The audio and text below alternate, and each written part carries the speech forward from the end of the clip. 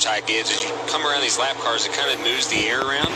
Guys get off the bottom, it kind of gives you a little bit more of a surge as they pull back to the bottom. And sometimes guys will get lazy. You can get on their right rear and kind of drag them back and side draft them. So it looks like they're not going to be able to pull it off right here, but I'm telling you, they need to be making a move here quick, because if you wait till the end, it's just too late and you don't have enough time with these cars. It seems like it really takes a lot to build a car to get the momentum to do it. A low 5-car breakaway, and in this group right here, Derek Lancaster is the only one without an ARCA win, so perhaps he'll be more aggressive here because he knows he has a shot at what could be his first ARCA Menards.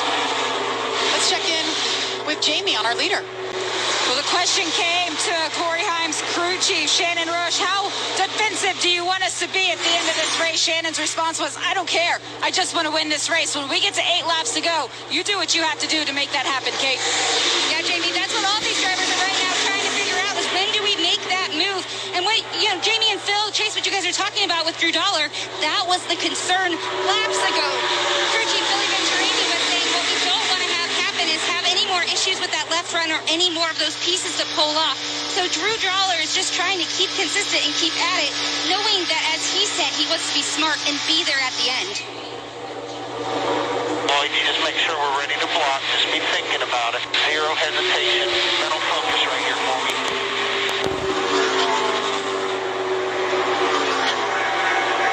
9 laps, 8 laps to go. That was the 20.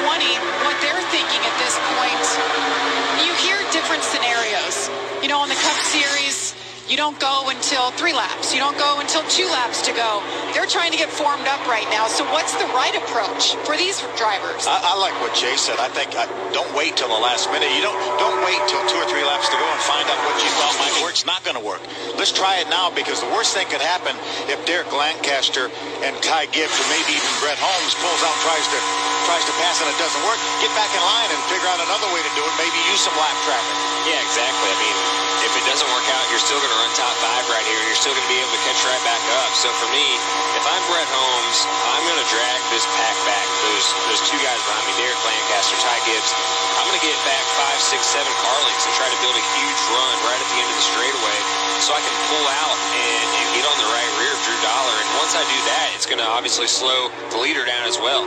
So if you get those 3 cars to go with you to the outside, if you build that momentum, to me, that's your best chance to win this race. And I keep saying, I just think if you wait, it's not going to work out, because you only get 1 shot at that one. At least here, if you try it, it doesn't work, you can kind of, think of a new plan, maybe try to get those guys to for sure go with you. And I feel like I've watched this race every year, and they wait too long. And when you do that, you just don't give yourself an opportunity to win the race. We're coming to 6 laps to go right here. The longest stretch that we've had to finish a race in the last 4 years is 4 laps.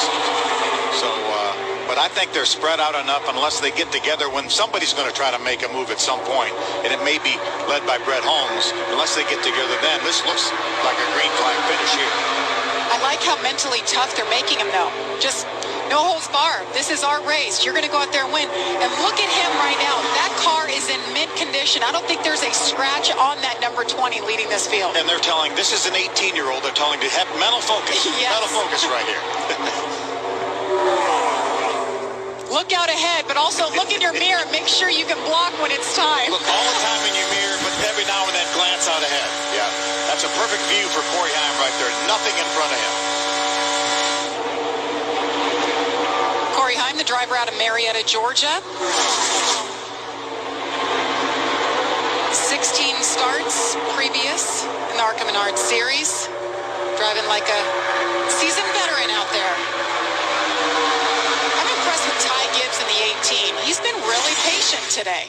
Yeah, I think Ty's showed a great deal of patience, and he's really in the catbird seat, I think, right here, to be the guy that tries to make a move. Got a car in the wall. 4 to go. Yeah. Coming off of turn 4. I must have jinxed it, I guess. Scott Reeves, the 88. You can see all the damage. He's going to mow the lawn here for the track crew at Daytona. You can see all the evidence of the rain we had earlier today. You might get, look at that. I mean, that's just a testament to what these track workers did in drying this track early on, because you see how soaking wet the infield is. Jamie, what are you hearing? Scott Reeves just radioed back to his crew chief, Brian Finney, said there was the right front that blew. That's what caused him to go into the wall, so it was a tire issue for Scott Reeves. Let's take a look exactly what was happening coming off turn 4. Cut that right front, hard hit. Just such a bad angle. That was a hard lick.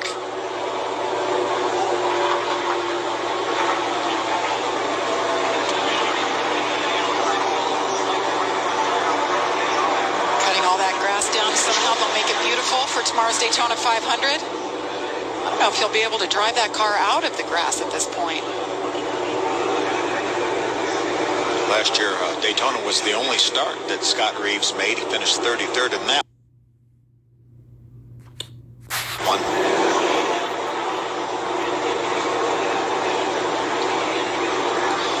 They will get Scott Reeves out of the grass, and we will get back to racing. Only 4 laps to go here at Daytona.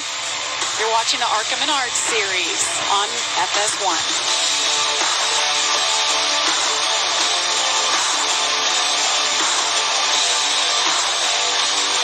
To your vehicle's engine, your transmission is the most important component of your car. If it's not properly maintained, your car may not shift properly. By adding Lucas Transmission Fix to your transmission, it cleans and lubricates sticking valves for proper shifting, renews worn bands to stop slipping, stops seal leaks, will not void new car warranties, contains no harmful solvents. Lucas Transmission Fix. It works. There's spicy, and then there's spicy. Which is why we put our new mighty hot sauce on the side, in a covered container. And you have to ask for it. Spicy chicken McNuggets.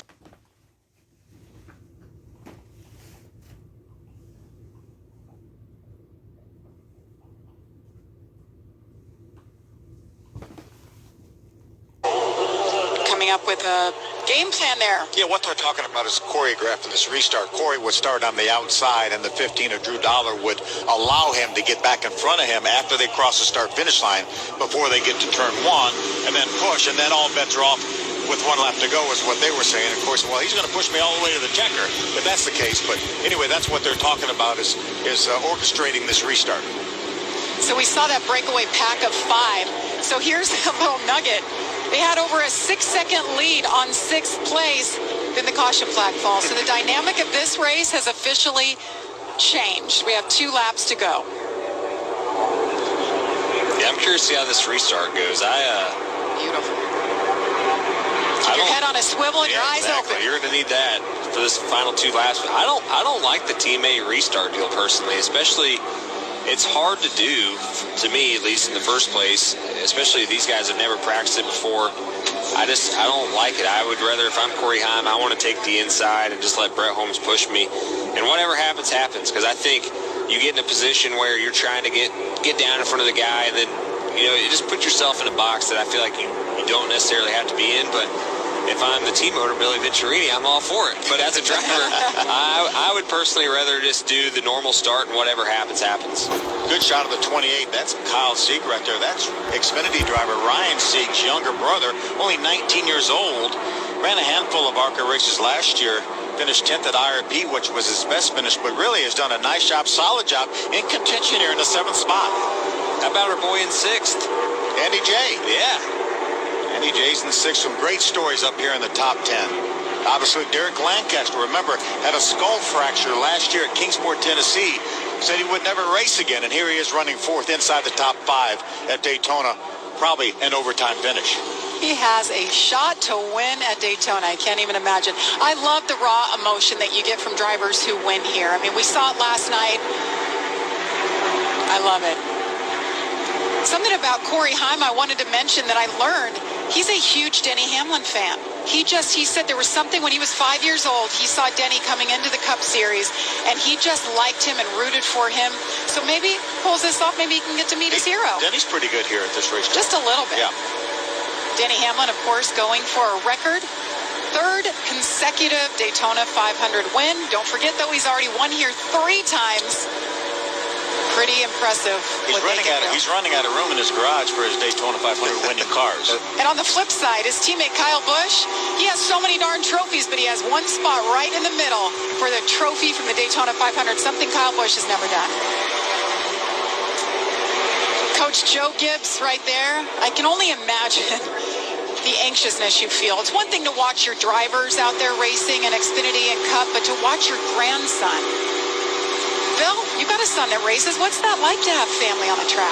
It's pretty hard. I'm usually pretty calm. Stefan is actually racing this afternoon, the Xfinity race, so I'll be probably in the grandstands watching. But I know Coach is so involved with all the grandkids. I remember Stefan went to school with Jackson, one of JD's sons that plays at Appalachian, and they played Little League football. So Stefan played against a team when he was in 6th or 7th grade that was coached by Joe Gibbs and JD Gibbs. Yes. They must have been pretty good. At 6th or 7th grade.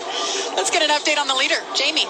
Well, we heard about the team restart coming for Corey Heim in the 20 and Drew Dollar in the 15. There's a little bit of, I'm not going to say distrust, but they're still thinking about whether or not this is what's going to play out here. They're telling Corey, you've got to get a good start. There is no wasting time. Make sure you get to the start-finish line, though, before you drop down low. You cannot go too low, too early, but you got to go when I say go. I have nerves for them. Just all those things that you're thinking of. I get one shot at this. Don't mess it up. Yeah, you don't want to be the guy that screws it up. But, yeah, that's the thing. I mean, the teammate restart deal, I mean, they've probably never done one before. It is hard to execute right. You know, last year in the Xfinity Series, me and Cindric were the only two Fords, and we would try to do it a lot. It took us 3 or 4 times just to be able to do it. And it sounds like we got something on the 15 down to Kate. Yeah, what Jamie Howe was saying, them trying to get Corey Heim ready for this restart. Same thing is happening with Drew Dollar. One of the things Billy Venturini, his crew chief, is saying is save all that fuel. One thing to note, though, Billy Venturini then jumped over to Channel 2 to his whole team and said, I don't care who wins, but I want it to be my team, Venturini Motorsports. Well, Corey did do his part. He went to the outside for this restart. We'll see how it works. Sometimes, as you mentioned, Chase, when you try to do this, then you're really too slow, and it gives that second row a real opportunity to make something happen. Yeah, for sure. Or Drew Dollar wants to win the race just as bad as Corey Heim does, and he doesn't let you in. So it's a tough situation to be in, and I'm excited to see how this turns out. Going back to Coach Joe, though, if Ty ends up winning this, where does this stack up on Joe's win list? Between Super Bowl 2 and 3, maybe, or wins? Daytona 500 wins, championships. It'll be big, I know that. It's pretty awesome. Coy Gibbs, Ty Gibbs' son, I'm sure watching somewhere. He kind of stays quiet, stays out of it, lets Ty run it, you know, with his own team. Doesn't want to be too fatherly in this situation. Wants the team to control what Ty Gibbs is doing and his game plan. Ty, by the way, right now running 5th. Corey Heim on the outside. Drew Dollar. Brett Holmes in 3rd and Lancaster in 4th. I think I like that outside line. Obviously, when they take off at 70 miles an hour, that aero situation that the 15 have isn't going to be as prevalent. But the faster they go, the more that aero deficiency is going to hurt that car. The one thing, too, here to keep in mind is really the people in the second row are going to dictate who wins this race right here. So it's going to be very crucial as the 23 or the 29 who gets the better push. All right, we're in overtime. We get one shot at it. Pace car continues to lead as he drops down, takes that hard left. That's our leader on the left, Corey Heim. Don't go down too soon here.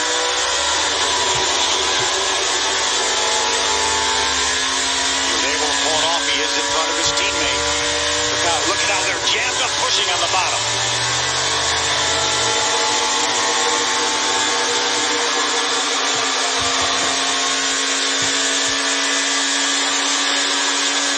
You hear him come up through the gears. Good start. Trying to block his teammate, Drew Dollar. Drew Dollar with a hard push. They pushed him sideways through 1 and 2. Too big of a lead here on Brett Holmes, and he's going to have a huge run here coming off of turn number 4. Here they come off of turn 4. Last lap. Corey Heim, the 18-year-old, can he hold on? And he does. Corey Heim wins at Daytona.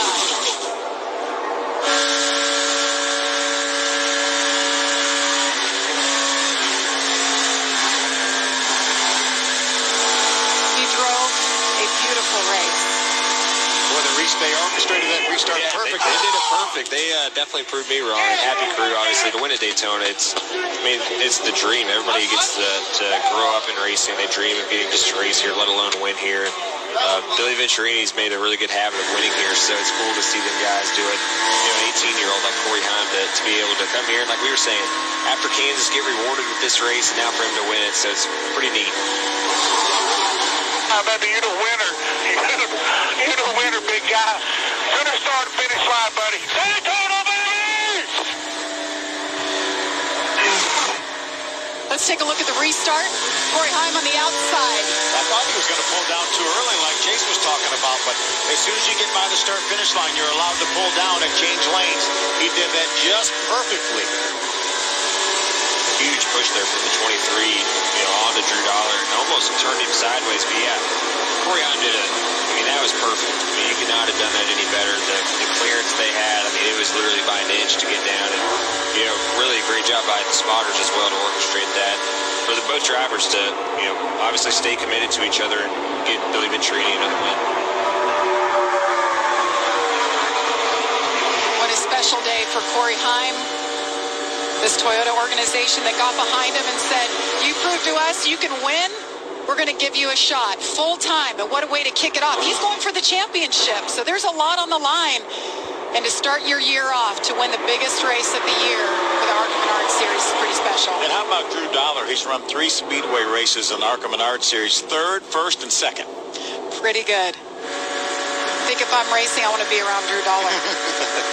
I want to give a shout out too to Kyle Sieg. Pretty cool for him to come back and finish 5th. He was kind of under the radar all day long, but a guy that I think has a lot of talent. I'm excited to see where his future holds. And obviously, for me to get a race against his brother Ryan last year, Ryan does a lot with a little. So it's cool to see them guys have a good run today. Come on, Corey. Let's see you burn it down.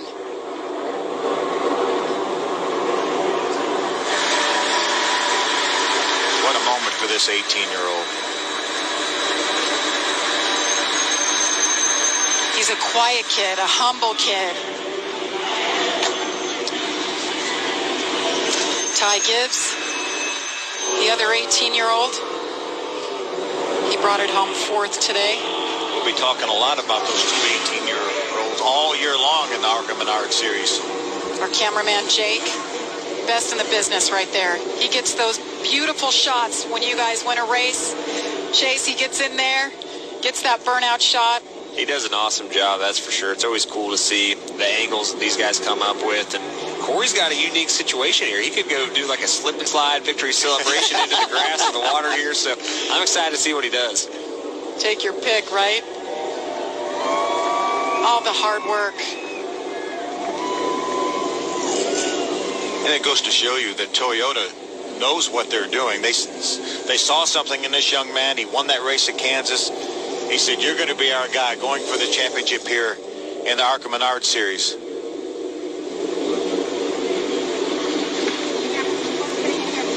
One thing, too, to point out for this championship battle that's going to be neat is, this is the one place you can lose a lot of points quick because of how big the field is. So let's hear from our winner. Kate, take it away. As Corey Heim is climbing out of that truck, I don't know if he's trying to let this sink in that you have just now won Daytona, your 2nd win in Arca Menards. But really, what is the strategy behind it all came down to that last restart. You guys executed perfectly behind the wheel. What was going on in your head? Yeah, like you mentioned, strategy. I got to give it all to Shannon Rush. He made the perfect call, executed this race perfect, and hands down to him. He dialed this JBL Camry in perfect, and I can't get enough thanks to Toyota Racing, Venturini Motorsports, JBL, all the guys that make it happen. You helped Venturini Motorsports get their 4th win here in a row in Daytona. You were working with your teammates hard there at the end. How important and critical is that camaraderie being built on that team? Yeah, I got to give a lot of props to Drew Dollar. He really helped me there at the end, just him being right behind me. I know he's got a little bit of experience, and he just raced the truck race too. So really trusted him, and paid off. Corey, how do you think this will change your career? For the better only. There's only one direction that can go. So just really blessed to be here. And like I said, thanks to everyone at Toyota Racing, JBL, Venturini Motorsports, make it happen. Coming on board full-time, Corey Heim is going to celebrate his first Daytona, his 2nd win in the Arca Menard Series. Congratulations to Corey Heim, who, by the way, won today in Drew Dollar's equipment from last year. We'll hear from more drivers at Daytona.